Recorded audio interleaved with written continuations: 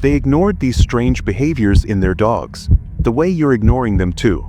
But those behaviors proved to be their final warnings. What came next remains one of the greatest mysteries mankind has ever faced.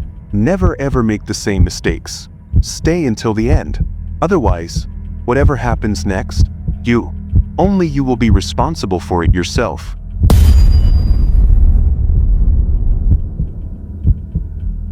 Sarah thought she understood dogs. After the apartment fire last month, her golden retriever Buddy had been clingy but manageable. The burns on her arms were healing. The smoke smell finally gone from her hair. Life was returning to normal. Then Buddy started his nightly ritual. Every evening at exactly 9:47 p.m., he would sit 6 feet from her bedroom door, perfectly still, and stare directly at her. Not the usual loving gaze. This was different, intense, sad. His water bowl was full, his toys untouched. He just sat and watched with those amber eyes, like he was memorizing her face. By the fourth night, the staring became something worse. Buddy would tilt his head and release these soft, broken whimpers that seemed to come from his soul. Not barking or howling, grieving, like his heart was breaking. Sarah began feeling disconnected from herself, watching her own life from outside her body. Her reflection looked wrong in mirrors, slightly off angle. She'd catch herself having conversations she couldn't remember starting, her voice saying things that felt foreign. Mundane grocery lists spoken with hollow emptiness. Sleep became impossible. Every shadow felt occupied. Every sound carried weight. And always, Buddy's amber eyes followed something that walked just behind her left shoulder. The apartment started feeling wrong. Every clock showed different times despite being synchronized after the fire. Sunlight through her windows never moved, frozen at the same angle regardless of hour. When she tried recording this with her phone, the playback revealed something that stopped her cold. Her own voice, mechanical and distorted. Target expiration date confirmed. Processing delay noted. Adjustment in progress. She had never spoken those words.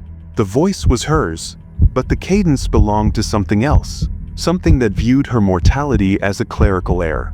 Buddy's behavior grew desperate. He scratched frantically at the front door, leaving deep gouges in the wood. Then he began clawing at the living room carpet with archaeological intensity, as if excavating something buried beneath. His whimpers became constant, a funeral dirge for someone still breathing. The disconnection intensified. Sarah would find herself in rooms with no memory of walking there, holding objects she didn't recall picking up. During a video call with her sister, she heard herself say, "The elevator will break tomorrow. Don't answer when they call."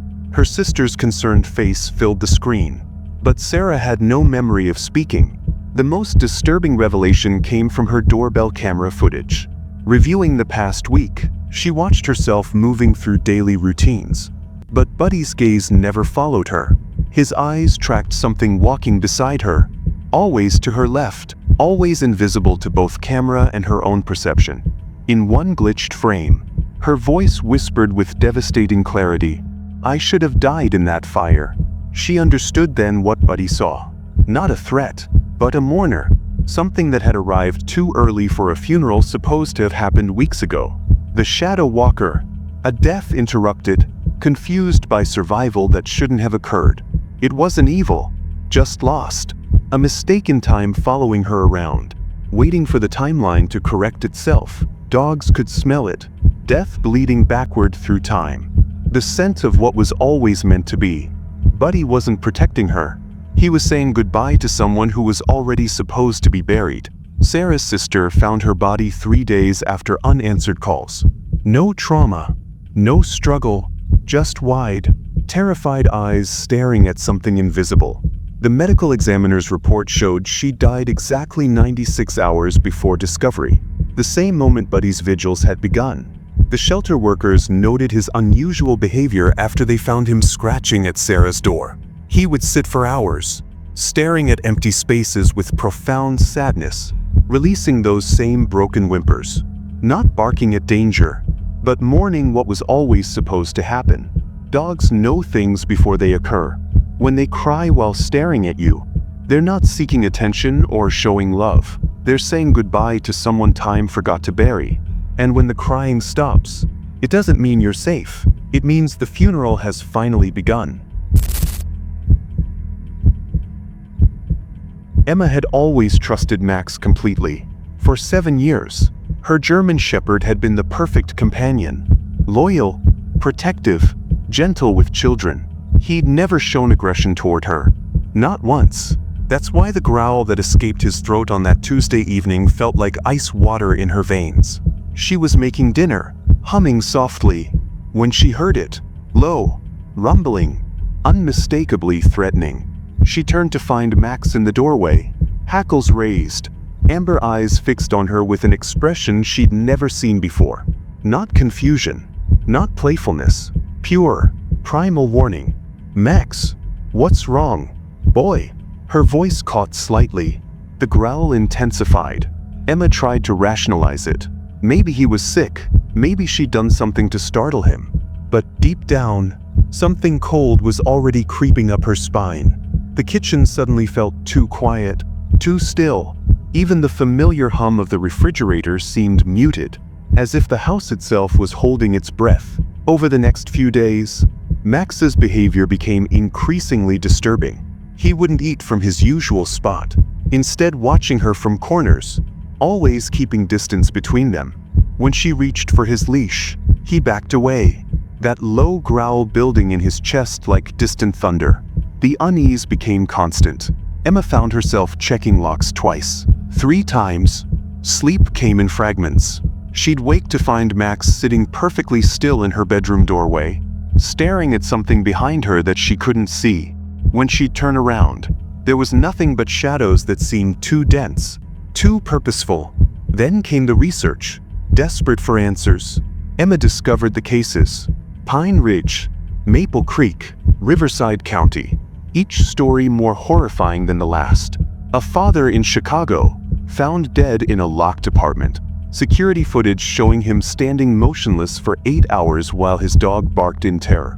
A woman in Boston, discovered in her closet, safety pins embedded in her tongue. The emergency responder claiming the room felt alive with malevolent presence. The pattern was always the same.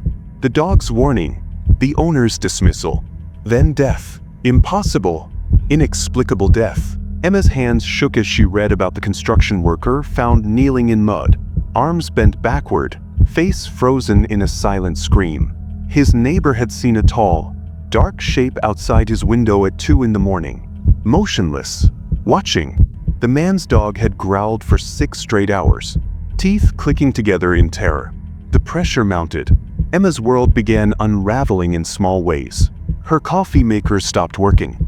Light bulbs burned out in sequence. Her phone would freeze whenever she tried to call for help. It was as if reality itself was conspiring against her. Each malfunction a reminder that something vast and hungry was drawing closer. The confrontation came on a Friday night. Max's growling had become constant, his eyes never leaving a spot just behind Emma's left shoulder. She could feel it now. A presence dense as oil, cold as deep space. Not watching her, studying her, measuring her, determining if she was ready. The temperature in the room plummeted. Emma's breath came in visible puffs as she remembered the survivor testimonies. They had searched for answers, asked the difficult questions, found truth in forbidden knowledge. With trembling fingers, Emma began researching everything she could find about existence, purpose, mortality, creation, ancient texts, philosophical treatises, theological discussions. Each answer she uncovered seemed to push back against the crushing presence behind her. Max's growling gradually subsided. The oppressive weight lifted incrementally. Days passed, weeks. The shadow retreated, repelled by her growing understanding. Emma had found her purpose, her truth, her peace. Max returned to his gentle nature, tail wagging, eyes bright with recognition. But she knew the shadow still walked among others, seeking those who remained unmarked by wisdom, guided only by the faithful warnings of dogs who could see what their owners could not. And she knew that for some, the growl would come too late. The questions would remain unasked. and they would simply vanish, not just dead, but completely erased, as if they had never existed at all. Tom Mitchell thought nothing of it when Bella first started pawing at the hardwood floor near their bedroom window. The golden retriever had always been quirky, and after 8 years together, he'd learned to ignore her minor obsessions. She'd had phases before, staring at walls, following invisible movements with her eyes. This seemed no different. The scratching began on a Tuesday evening while Tom was watching television. Gentle at first, almost methodical, Bella would approach the same corner spot, lower her head, and begin digging with her front paws. When he called her name, she'd pause, look at him with an oddly distant expression, then return to her work. Just a phase, Tom told himself, though something about her behavior felt different. Purposeful, determined. By Thursday, the scratching had intensified. Bella's claws left visible marks on the polished wood, thin white lines that caught the light like scars. She no longer responded to commands, treats, or his attempts to distract her. Most unsettling was her posture, head tilted slightly, as if listening to something only she could hear. Tom's unease deepened when he noticed the timing. Every night, exactly at 2:47 a.m., Bella would rise from her bed and pad to the corner. The scratching would continue for exactly 43 minutes, then stop. She'd return to her bed as if nothing had happened. Friday morning brought news that transformed his worry into genuine fear. The local news reported similar incidents across the county. Dogs suddenly fixated on specific floor locations. Emergency services overwhelmed with calls about pets exhibiting identical behavior. Most disturbing was the discovery in Brookside. A German Shepherd's persistent digging had led to the unearthing of human remains that had been missing for decades. Tom researched frantically. Case after case emerged online. A pit bull in Nashville uncovering a hidden grave. A beagle in Cedar Falls leading to the discovery of human hair sealed in a metal container. In every instance, the dogs had known exactly where to dig. The pressure mounted when Tom realized Bella's scratching had grown violent. Her paws were bleeding, claws worn down to pink. When he tried to block the area with furniture, she'd pace around it, whining with increasing desperation. The sound wasn't distress, it was urgency, as if time was running out. Then came the night Tom heard it himself, at 2:47 a.m. As Bella assumed her position and began her ritual scratching, Tom pressed his ear to the floor nearby. Beneath the wood, impossibly faint, he heard answering scratches. Rhythmic, deliberate, something down there was scratching back. The confrontation with reality came when Tom's phone, left charging on the nightstand, recorded audio while he slept. In the morning, reviewing the file, he heard his own voice asking Bella to stop. Then silence. Then, clear as whispered prayer, words that froze his blood. Still waiting, still buried. The voice wasn't human, wasn't electronic interference. It was something else entirely. Something that had learned to speak by listening through decades of earth and wood and silence. Tom called the emergency hotline mentioned in news reports. The response team arrived within hours, but their inspection yielded an even more terrifying revelation. The scratching sounds continued even after Bella was removed from the house. Something beneath the floor had learned her rhythm, her technique, her desperate attempts to warn. The resolution came not through courage, but through compliance with the growing list of emergency protocols. Tom moved out immediately, leaving his home to join the growing number of evacuated properties. Bella was relocated to his sister's house, where she slept peacefully for the first time in weeks. But late at night, Tom still received calls on his disconnected landline. No voice, just the sound of methodical scratching, getting louder, getting closer to the surface. Whatever Bella had been trying to warn him about was still down there, still waiting, still buried, and now it had learned that scratching was just the beginning. The emergency broadcast had been right about one thing. Dogs didn't dig for no reason. They were trying to protect their families from what lay beneath. But in some houses, it was already too late. The scratching had stopped because whatever was down there had finally broken through to the surface. Marcus lived a comfortable life built on small betrayals, skimming from the register at work, lying to his girlfriend about where he spent his evenings, cheating clients out of fair deals. Nothing major, he told himself, just the way business worked. His German Shepherd, Rex, had always been the perfect companion, quiet, obedient, never causing trouble. That changed on a Tuesday night in October. At exactly 11:47 p.m., Rex began to howl. Not the excited bark Marcus was used to, but a deep, mournful wail that seemed to come from somewhere primal. The dog stood rigid in the living room, staring at the front window with an intensity that made Marcus's skin crawl. "Knock it off, Rex," Marcus muttered, but the howling continued. 4 distinct calls that echoed through the house like a funeral dirge. Then sudden, complete silence. Marcus dismissed it as stress or maybe age catching up with his 8-year-old companion. But the next night, it happened again. Same time, same 4 howls, same haunting silence afterward. The unease crept in gradually. Marcus found himself checking locks twice, drawing curtains earlier in the evening. Rex's behavior was becoming increasingly disturbing. The dog would pace the perimeter of the house during daylight hours, sniffing at corners and door frames as if tracking invisible intruders. By the 3rd night, Marcus couldn't ignore the pattern. As 11:47 approached, Rex would position himself at the window and begin his ritual. But this time, Marcus noticed something that made his blood freeze. During the 4th howl, Rex wasn't looking out the window anymore. He was staring directly at Marcus, his eyes reflecting an intelligence and judgment that felt almost human. The threat revealed itself through research born of desperation. Online forums buzzed with similar stories. Dogs across the city exhibiting identical behavior.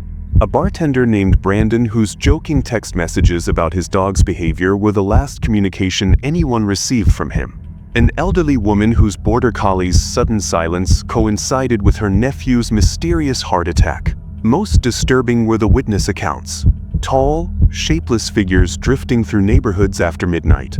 Invisible to most, but sensed by animals. The stories all shared common threads. The victims weren't random. They were people carrying guilt, living dishonest lives, harboring cruelty in their hearts. The pressure mounted when Marcus realized Rex's howling was becoming more urgent. Neighbors began complaining. Sleep became impossible. Every night brought the same ritual, but now Marcus could swear he saw shadows moving past his windows during Rex's warnings. Then came the night Marcus discovered what Rex was truly protecting him from. At 11:47, as Rex began his 4th and final howl, Marcus saw them. Tall, impossibly thin shapes moving across his ceiling like liquid shadows. His porch lights flickered on and off in sequence. A door he'd locked stood slightly ajar. The confrontation with his own conscience came in a moment of clarity that felt like drowning and surfacing simultaneously. These things weren't hunting randomly. They were drawn to the darkness he'd cultivated in his own heart. The lies, the theft, the casual cruelty he'd justified for years. Rex's howling wasn't warning him about external predators. It was warning him about what he'd become. In that moment of terrible understanding, Marcus did something he hadn't done in years. He confessed. To the empty room. To Rex. To himself. Every lie. Every theft. Every moment of deliberate cruelty. The weight of it felt crushing, but also cleansing. The resolution came not through victory, but through transformation. As Marcus vowed to change, to make amends, to become someone worth protecting, the shadows began to retreat. Rex's howling ceased. The oppressive presence that had been circling his house like a pack of wolves dispersed into the night. Weeks passed. Marcus returned stolen money, ended his dishonest relationships, began living with intention rather than convenience. Rex returned to his gentle nature, sleeping peacefully through the night. But sometimes, in the early morning hours, Marcus would hear howling from other neighborhoods. 4 distinct calls echoing across the city. He'd say a prayer for whoever was receiving that final warning, knowing that somewhere, someone else was discovering what their faithful dog had been trying to tell them all along. Dr. Maya Chin had always prided herself on understanding animal behavior, but Lucy's recent change left her completely baffled. Her golden retriever, normally affectionate and playful, had begun staring at her with an intensity that made her skin crawl. It started innocuously enough. Maya would catch Lucy watching her from across the room, amber eyes fixed and unblinking. When she'd call her name or offer treats, Lucy wouldn't respond, just continued that eerily focused observation. Tail motionless, body rigid as stone. Maybe she's getting old, Maya told herself, though Lucy was only 5. Dogs developed quirks with age, didn't they? But something about the stare felt different. Not curious or hopeful. It felt like mourning. The unease deepened when Maya noticed the pattern. Lucy's staring sessions lasted exactly 47 minutes, always beginning at sunset. During these episodes, the dog wouldn't eat, wouldn't play, wouldn't acknowledge Maya's presence beyond that unwavering gaze. It was as if Lucy was memorizing every detail of her face. Maya's veterinary training kicked in. She documented Lucy's behavior, searching for medical explanations. Brain tumor, vision problems, cognitive dysfunction. But Lucy's physical exams came back normal. Perfectly, unnaturally normal. The threat revealed itself through her research into similar cases. Online forums buzzed with reports of dogs exhibiting identical behavior. A teacher in Colorado whose dog had refused to enter the garage, watching as she disappeared for 5 hours, standing motionless like a broken mannequin. The woman had vanished 3 days later, leaving behind only surveillance footage of her standing impossibly still, hands hanging at her sides like a discarded puppet. Maya's professional network yielded more disturbing accounts. 18 cases across 4 towns. Dogs staring at owners who gradually became different, missing appointments, speaking mechanically, moving with artificial precision. All eventually disappeared without a trace. The pressure mounted as Maya realized Lucy's behavior was escalating. The dog had stopped sleeping in her bedroom, instead positioning herself in the hallway where she could maintain visual contact. Lucy's tail remained permanently between her legs now, her breathing shallow and rapid. The grief in her eyes was unmistakable, as if she was saying goodbye to someone who was already gone. Most terrifying was the footage Maya discovered from a Tampa veterinary clinic. A dog shrieking, not barking, shrieking, at the sight of its owner. The man in the video moved wrong, smiled wrong, spoke with mechanical precision. Brain scans showed zero neural activity. Yet he continued walking, talking, existing as something wearing human skin. The confrontation came on a Thursday evening. Maya was preparing dinner when she noticed Lucy positioned in the doorway. That familiar rigid stance, that heartbreaking stare. But this time, Maya felt it, a subtle shift in her own awareness, like something foreign sliding into her consciousness. Her hands moved too smoothly as she set down the knife, her head tilted at an unnatural angle. When she smiled at Lucy, the expression felt plastic, manufactured. Lucy's breathing stopped entirely, her small body trembling with recognition of what was happening. In that moment of terrible clarity, Maya understood. The dogs weren't developing behavioral problems. They were the early warning system, the only creatures capable of detecting when something else began wearing their owners' faces. The resolution came not through victory, but through Lucy's protective instinct. As Maya felt her consciousness slipping away, replaced by something cold and calculating, Lucy did what she'd been preparing for all along. The bite was swift, precise, targeting the thing that looked like Maya but carried no scent, no body heat, no trace of the woman who had loved her. The unmarked truck arrived within hours, just as the online reports had described. No license plates, no identification. Lucy walked willingly into the darkness, understanding her purpose had been fulfilled. She had recognized the impostor and eliminated the threat before the replacement could complete its work. In the official records, Dr. Maya Chen was listed as missing, presumed dead. But Lucy knew the truth. Maya had died the moment something else learned to wear her skin. And what Lucy had destroyed was merely the empty shell left behind.